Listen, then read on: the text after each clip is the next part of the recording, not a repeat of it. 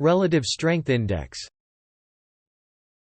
Relative Strength Index, or RSI, is a technical indicator that measures the market momentum by comparing its upwards movement with the downwards movement over a specific time period. The RSI was developed by a technical analyst named Welles Wilder. He described the momentum as being the velocity of the directional price movement. So according to him, it's not just whether the price is going up or down, it is how fast the price moves up or down. The RSI indicator is around since the 1970s, and it is a leading indicator, which means it provides an early signal on a possible price change in the market. Basically, the RSI measures the overbought and oversold conditions. An overbought condition is when the price of an instrument trades above its fair value. Likewise, an oversold condition is when the price of an instrument trades below its fair value.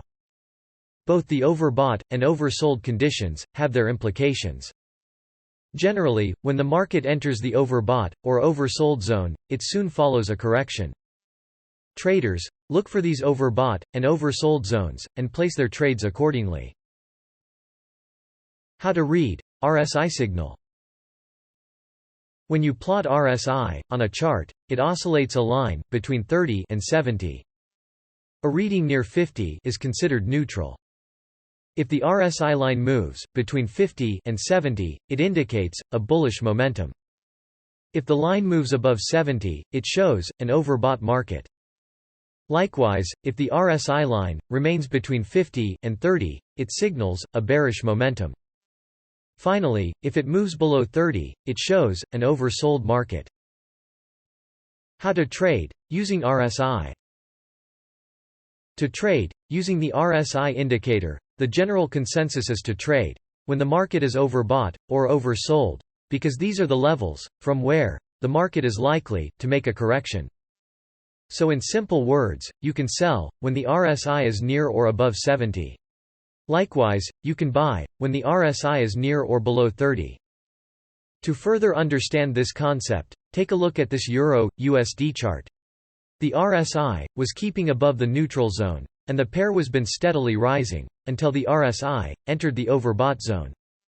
Soon after entering the overbought zone, the pair started to move lower and dropped over 200 pips. Now let's understand the oversold concept from this GBP/USD chart. During this highlighted period, the RSI largely kept below the neutral zone, and the pair kept dropping from 1.3900 until the RSI entered the oversold zone. Soon after the RSI oversold indication, the bullish momentum started to build up, and the pair gradually moved higher. In addition to using the RSI for overbought and oversold indications, you can also use RSI to determine the exit levels. Let's assume that you are holding a buy position. The trade is in profit, but you are not sure about the exit level. In this case, you can plot the RSI, and if it remains in between 50 and 70, you can continue holding your long position. However, you need to close your position as soon as the RSI moves near or slightly above 70. Having the RSI above 70 essentially means the market is overbought, and it can make some correction anytime.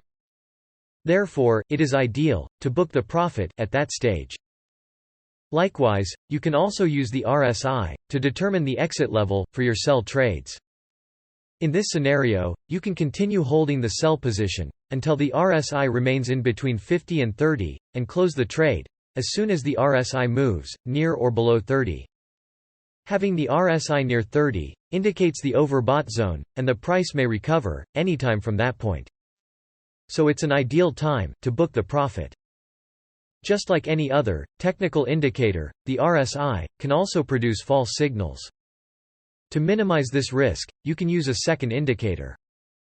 This can be pivot points, Bollinger Bands, or even the moving average indicator. The majority of the traders prefer using the moving average with the RSI.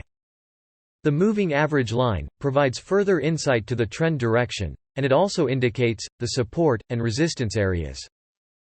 This brings us to the end of this lesson. As with any trading indicator, it takes time and practice to gain an upper hand, and there cannot be a better way than practicing on a demo account.